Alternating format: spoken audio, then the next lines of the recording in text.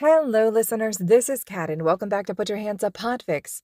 This will be the continuation of Little Acts of Kindness. This will be Part 32, Chapter 32, entitled Nicknames in Nezu. Good morning. So, as we're about to go on our internships, I was thinking it might be a good idea for us to create a class chat. We could use it to ask each other for help with homework or set up study groups. It's also a way for us to get to know each other better. Yaoyorozu suggested, standing in front of the class while Aizawa slept in a corner. Izuku was just glad that Aizawa seemed to like the jelly packet Izuku had gotten him. That sounds like a good idea, Ida agreed, hands chopping down. Other students agreed, and Yaoyorozu had them write their numbers down. Izuku did, passing it up with the others. Yaoyorozu added Ida's number first, and the two went through, adding all of them to the class chat. You know what we should also do? Kirishima questioned, out loud. If you're thinking what I'm thinking, then I agree, Kaminari said. What are you thinking, Kero? Asawi questioned. Nicknames. We should all randomly draw names and create a nickname for that person. That sounds dumb, Bakugo said, crossing his arms. I think it sounds fun, Uraraka said right after. Ida looked at them. All in favor of creating nicknames, raise your hand. Everyone except Bakugo and Todoroki raised their hand. All right, if we're going to do this, we need to make sure that there are no inappropriate nicknames. Keep it clean and friendly, Ida said, looking at them all sternly.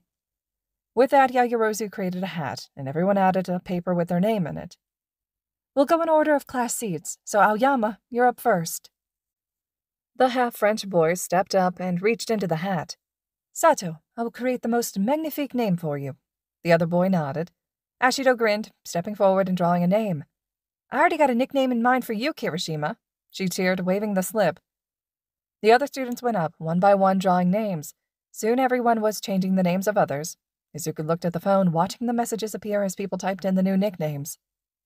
Aoyama changed Sato's name to Sweet Tooth. Ashido changed Kirishima's name to Rock Hard. Asawi changed Kaminari's name to Stormfront. Ida changed Sero's name to Fix It with Flex Tape. There was a pause as everyone took in the name Ida made for Sero, no one expecting it. Ida saw them looking at him and looked abashed. I couldn't think of anything, and so I asked my brother for help. Your brother? Is he a fellow memer? Kaminari questioned, looking excited. Ida nodded. Anyways, class is almost over. Let's finish changing the names. Uraraka changed Yaoyorozu's name to The Creator. Ojiro changed Koda's name to Animal King. Kaminari changed Ida's name to Gotta Go Fast. Kirishima changed Midoriya's name to Shy Guy. Izuku looked at his nickname for a moment before shrugging. It wasn't that he was shy, just didn't really like other people because they tended to hurt him. Koda changed Jiro's name to Beats. Sato changed Todoroki's name to Icy Hot. Shoji changed Aoyama's name to Always Sparkling. It is true, but I do think a couple of sparkles would make it better, Aoyama said, fluttering his eyes dramatically. Shoji changed Aoyama's name to Always Sparkling, with some sparkles around it. Aoyama beamed radiantly. Thank you, Shoji. Jiro changed Shoji's name to Parabolic Mike. Sero changed Ojiro's name to Tailman. Tokiyami changed Hagakure's name to Incognito. Todoroki changed Bakugo's name to Explosion. Izuku finally got an idea for what to nickname Tokiyami. He just hoped the boy was okay with it. Clicking through the app, he typed in the name. Hagakure changed Uraraka's name to Infinity Blast. Bakugo changed Ashido's name to Raccoon Eyes. Hitting enter, he saw the notification go through. Midoriya changed Tokiyami's name to Shadow King. Mineta changed Asawi's name to Frog King.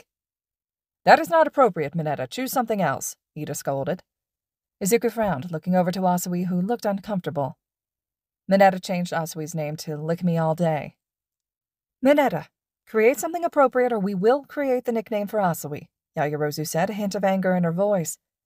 Asawi's hands were clenched as she glared at Mineta. Mineta snickered from his seat. Mineta changed Asawi's name to Bestiality. Yaoyorozu scowled. That's it. I'm giving Su-chan a name.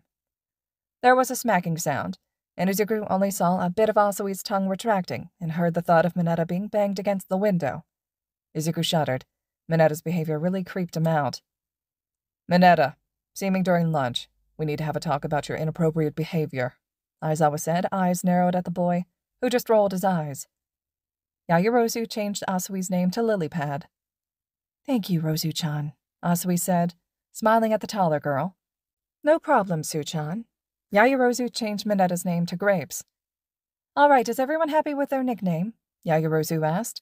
Various forms of yes resounded from the classroom, both Ida and Yaoyorozu ignoring Bakugo's complaint that he should be called King Explosion Murder. Aizawa stood up and headed out of the room as the bell rang, Yamada coming in. Hello, everyone. Are you ready for today's English lesson? With that, the classes passed by as normal.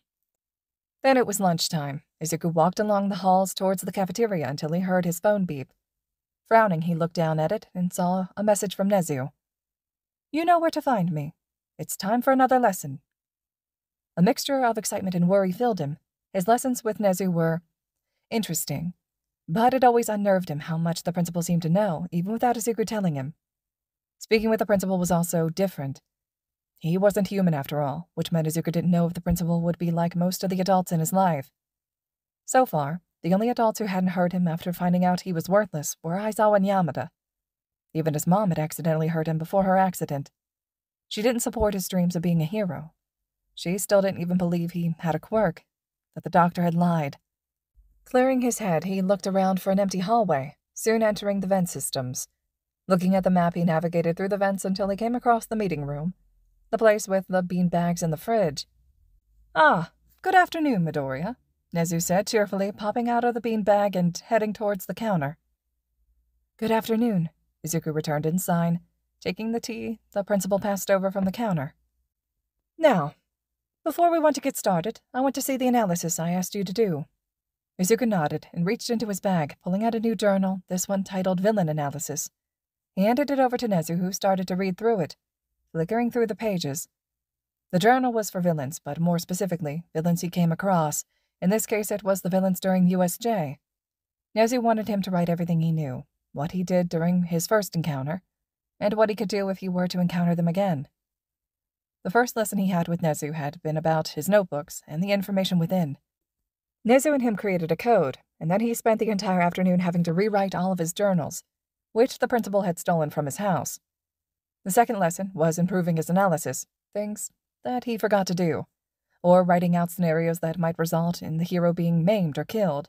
Nezu wanted him to think of everything, even situations that were highly improbable. Yet the principal also told him that humans were capable of doing a lot more damage without quirks than a person might think. That Izuku shouldn't discount breaking bones or fighting dirty.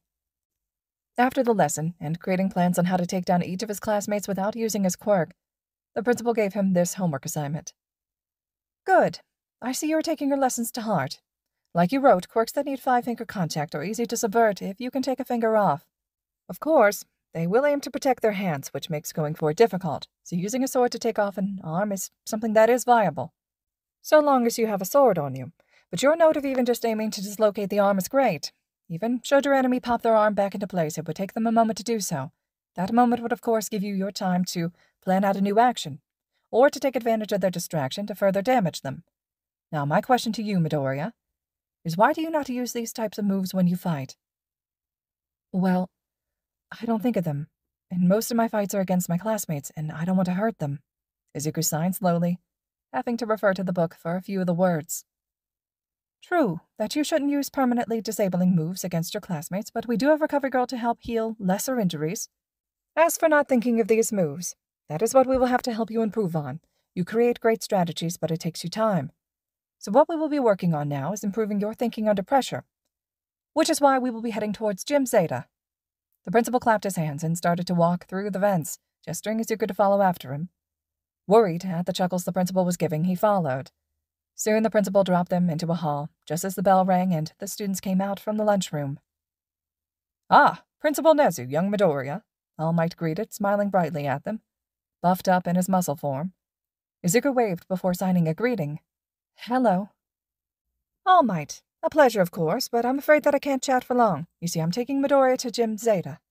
You are welcome to join, and I'm sure Midoriya would be grateful for an opportunity to see someone give an example of how the gym works while I control the conditions. Though perhaps it might be better for me to get Aizawa-kun.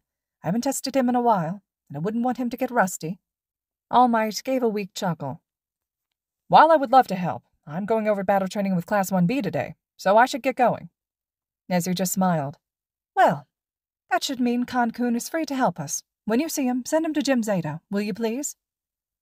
Sure, I'll go tell him now. Good luck, young Midoriya, All Might said, turning and power walking off to the class. Nezu continued leading them through the halls, and soon they exited out and boarded an ATV. The gym is a bit of a drive, since it's not used usually until your 3rd year, though I might take your class for an afternoon to the gym. I think it would be useful to see how well you first years do on the test, as you guys don't have as much practical experience as the 3rd years. Speaking of experience, though, your class has encountered villains, so perhaps I should use Class 1B as a control test, as they will only have the internship or practical experience, while your class will have the USJ and the internship. Anyways, while we wait for Kankun, I shall explain how this gym works. It is a maze, which changes as you progress through it. Your goal is to reach the center of the maze. Throughout the maze, there are different obstacles. Some are traps, some are enemies, and others are timed questions or riddles. Now, I have various difficulties, and so we will begin setting you on the easiest difficulty for the first round so you get a sense of how it works, without the lethal traps. Lethal? Izuku signed, eyes widening. Don't worry. It's only particularly lethal on the higher difficulties. At most, you'll get injured enough for me to call it off and have Recovery Girl heal you. The principal chirped. Ah, there's Kankun. Good. Izuku turned around, seeing Class 1B's teacher coming closer. Stomach turning nervously, as he saw the angry-looking expression on the teacher's face, he stepped back, closer to the principal. All Might said you wanted to see me, Vladkin questioned, ignoring Izuku as he looked at Nezu. Nezu smiled, clapping his hands. Yes, since All Might is looking after your class, you can help me demonstrate Gym Zeta to Midoriya. The blood hero froze, eyes widening, before he slumped, sighing as he got into the back of the ATV. Let's get this horror show over with, then, the teacher grumbled. 10 minutes of Nezu driving at high speeds, that made Izuku think he was going to be thrown out of the ATV later, and they arrived at the gym. Behind him, from the backseat, Izuku heard the blood hero gulp. Just what sort of gym was this if it made pro heroes like All Might and Vlad King nervous? Nezu hopped off the ATV. Well, it looked like he was about to find out. All right, listeners, this concludes Chapter 32 of Little Acts of Kindness. Chapter 33 will be up next, which will cover Gym Zeta. I'm eager to hear your thoughts and reactions, and as always, thank you so much for listening.